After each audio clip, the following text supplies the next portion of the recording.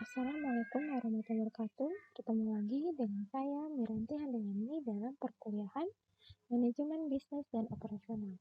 Pertemuan kali ini kita akan membahas mengenai sumber daya manusia dan desain kerja. Kenapa dengan sumber daya manusia? Jadi sumber daya manusia merupakan poin ke-6 dalam 10 strategi manajemen operasional. Sumber daya manusia sangat penting dalam suatu perusahaan. Karena organisasi tidak akan berfungsi dengan baik tanpa adanya orang-orang yang kompeten dan memiliki motivasi tinggi. Keunggulan bersaing suatu perusahaan juga dapat dibangun melalui strategi sumber daya manusia yang dimiliki oleh perusahaan. Mendesain sumber daya manusia bisnis sama dengan peperangan. Bedanya, kalau peperangan menguasai wilayah teritorial, sedangkan kalau bisnis menguasai wilayah pemasaran tertentu. Sumber daya manusia merupakan masalah yang sangat kompleks. Ia bukan hanya sebagai faktor produksi, tetapi juga sebagai makhluk sosial yang memiliki berbagai kebutuhan. Ia tidak bisa dengan mudah dijadikan sebuah skrup dalam sebuah organisasi untuk menciptakan suatu produk. Sebab manusia itu kan subjek, bukan objek organisasi. Tujuan strategi sumber daya manusia. Tujuannya adalah untuk mengelola tenaga kerja dan mendesain pekerjaan sehingga orang-orang dapat diberdayakan secara efektif dan efisien. Ini kata-katanya sudah mulai liberal ya, diberdayakan secara efektif dan efisien. Sebelum itu perlu dipastikan dulu bahwa orang-orang diberdaya secara efisien, dan kemudian yang kedua orang-orang memiliki kualitas kerja yang memadai dengan komitmen dan kepercayaan satu sama lain. Jadi kalau kita mau kerja tapi kita nggak bisa kerjasama, percaya satu sama lain, nggak mungkin ya bisa berjalan suatu organisasi. Strategi sumber daya manusia itu terdiri dari perencanaan tenaga kerjanya. Sebelum masuk ke perusahaan, kita rencana dulu mau seperti apa. Penetapan standar tenaga kerja, kualifikasinya harus A, B, C. Kemudian menetapkan desain kerja. Jam kerjanya tuh dari jam sekian, kemudian hasilnya seperti ini. Harus membuat selama kerja harus berproduksi seperti ini, menghasilkan output seperti ini, dan lain sebagainya. Ada beberapa cara dalam menentukan jumlah tenaga kerjanya lebih ke quantity, tenaga kerja yang dibutuhkan suatu organisasi. Namun pada dasarnya itu tergantung pada kapasitas produk yang dirancang, mau seberapa banyak kapasitasnya, mau seberapa bagus nilai dari perusahaan tersebut, kemudian dukungan yang diperlukan. Maksudnya kalau misalkan 5 bisa untuk menghasilkan produk A, tapi dirasa 3 saja sudah mewakili dari 5 orang yang sebelumnya, tapi karena dia berkeahlian yang baik, maka dapat dilanjutkan dengan 3 dukungan yang diperlukan itu tadi ya. Kemudian kendala dalam strategi sumber daya manusia. Lihat di sini ada 6 ya kendalanya. Yang pertama kita bertanya terkait apa strategis produknya. Keahliankah, bakatkah, atau keamanan. Kemudian kapan? Kapan itu terkait jadwal waktu dalam sehari atau setahun. Kemudian kestabilan jadwal. Kemudian di mana? Terkait lokasi. Iklimnya bagaimana, suhunya bagaimana, kemudian kebisingan, pencahayaan, dan kualitas udara. Biasanya kalau yang butuh kebisingan, itu harus di pabrik. Biasanya kalau kita mau deket sumber dayanya seperti misalkan organisasi yang membuat teh gitu ya, minuman, dia harus dekat sumber dayanya yaitu di puncak atau di perkebunan teh. Kemudian prosedur, bagaimana strategi prosesnya. Teknologinya dipakai, kemudian menggunakan mesin dan peralatan apa, kemudian siapa, terkait perbedaan individu, si manusianya, kekuatan dan kelemahan sumber dayanya, kemudian respon dan memproses informasinya dari sumber daya tersebut. Kemudian strategi tata letak, bagaimana terkait lini perakitan, sel kerja, proses kerjanya bagaimana, posisi kerja yang baik bagaimana, dan lain sebagainya. Kemudian perencanaan tenaga kerja. Itu ada 2, dengan kestabilan tenaga kerja atau dengan jadwal kerja. Stabilan tenaga kerja itu terkait dengan jumlah karyawan yang dipertahankan oleh perusahaan pada suatu waktu tertentu. Itu terkait meliputi ikuti permintaan yang tepat atau menjaga jumlah karyawan secara konstan.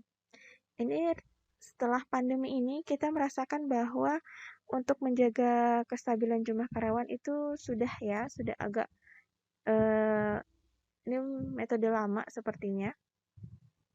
Jadi sekarang tuh lebih ke efektif dan efisien dengan cara banyak yang perusahaan sudah mengurangi jumlah tenaga kerjanya. Kemudian jadwal kerja.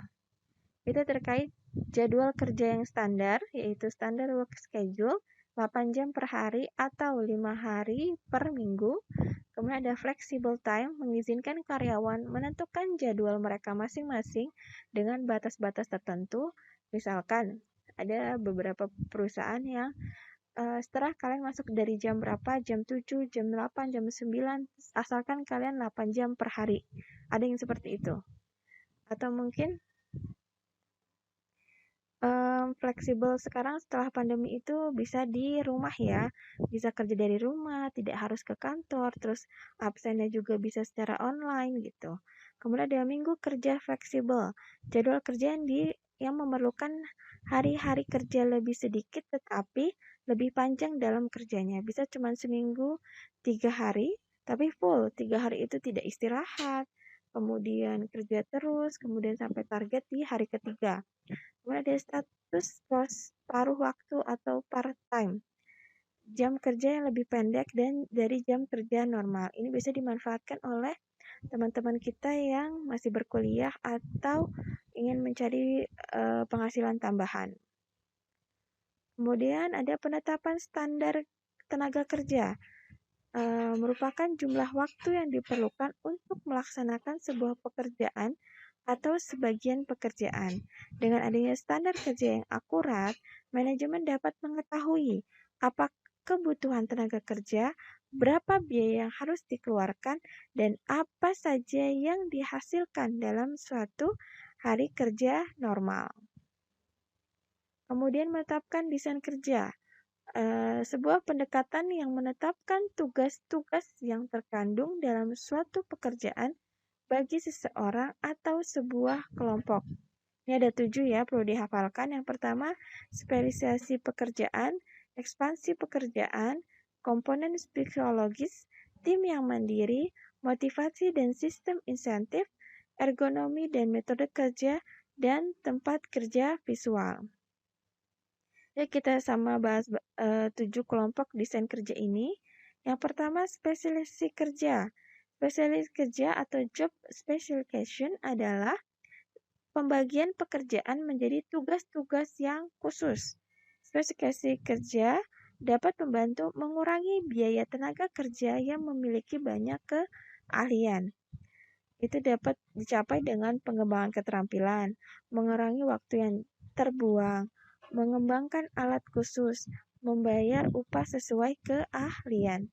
Jadi ini misalkan kayak banyak perusahaan yang mencari accounting dan tax, staff accounting dan tax. Jadi merangkap ya, tidak hanya membuat laporan keuangan tapi juga membuat laporan pajak. Jadi kan lebih murah biayanya atau lebih sedikit biayanya dengan kita membayar satu orang yang punya keterampilan accounting sama pajak daripada kita harus meng-hire 2 orang, satu orang accounting, satu orang pajak ya. Kemudian mengembangkan waktu yang terbuang, mengembangkan alat khusus, membayar upah sesuai keahlian. Lanjut, ekspansi pekerjaan. Ini komponen yang kedua, ekspansi pekerjaan. Ada usaha untuk meningkatkan kualitas lingkungan kerja dengan beralih dari spesifikasi pekerjaan menuju desain kerja yang lebih bervariasi. Tadi cuma satu, kemudian bervariasi terkait pemekaran pekerjaan, rotasi pekerjaan, kemudian ada yang namanya pengayangan pekerjaan, ada pemberdayaan karyawan. Pemekaran pekerjaan menambahkan tugas yang membutuhkan keahlian yang sama pada pekerjaan yang ada sekarang secara horizontal. Kemudian rotasi pekerjaan, sebuah sistem pemekaran pekerjaan yang terjadi di saat karyawan diperbolehkan untuk berpindah dari satu pekerjaan yang khusus ke pekerjaan khusus lainnya. Biasanya di perusahaan masih dirotasi ya. Kemudian pengayaan pekerjaan, sebuah metode yang memberikan karyawan tanggung jawab yang lebih yang meliputi perencanaan dan pengendalian pekerjaan. Kemudian ada pemberdayaan karyawan, praktik dalam memperkaya pekerjaan di mana karyawan menerima tanggung jawab dan otoritas untuk beragam keputusan yang biasanya dikaitkan dengan staf ahli. Kemudian ada ergonomi dan metode kerja. Dalam ilmu yang diberikan oleh Frederick W. Taylor, telah dikembangkan satu ilmu pengetahuan tentang kemampuan dan keterbatasan manusia. Atas dasar itu dia, industri tertarik untuk membangun suatu alat penghubung antara manusia dan mesin. Jadi lebih ke psikologinya manusia itu sendiri. Penilaian ini dikenal dengan ergonomi atau ergonomik atau dikenal juga dengan istilah faktor manusia atau human factor.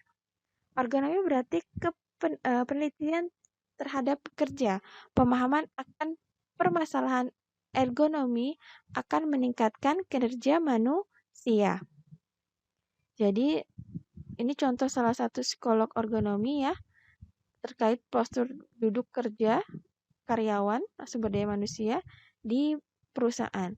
Kalau posisi duduknya kurang baik, maka akan membuat suatu ketidaknyamanan bagi karyawan sehingga tidak fokus bekerja dan itu juga akan membuat karyawan jadi sakit atau terkendala ya. Tapi kalau kita memastikan bahwa posisi duduknya sudah sesuai, maka akan membuat karyawan itu nyaman, kemudian pas juga untuk menjaga kesehatan si karyawan tersebut. Sekarang sudah ada ya perusahaan yang menciptakan meja bisa di posisi duduk atau di posisi berdiri seperti ini. Ada beberapa perusahaan yang sudah memperhatikan bahwa kepentingan karyawan terkait lebih ke fisiknya mereka gitu ya.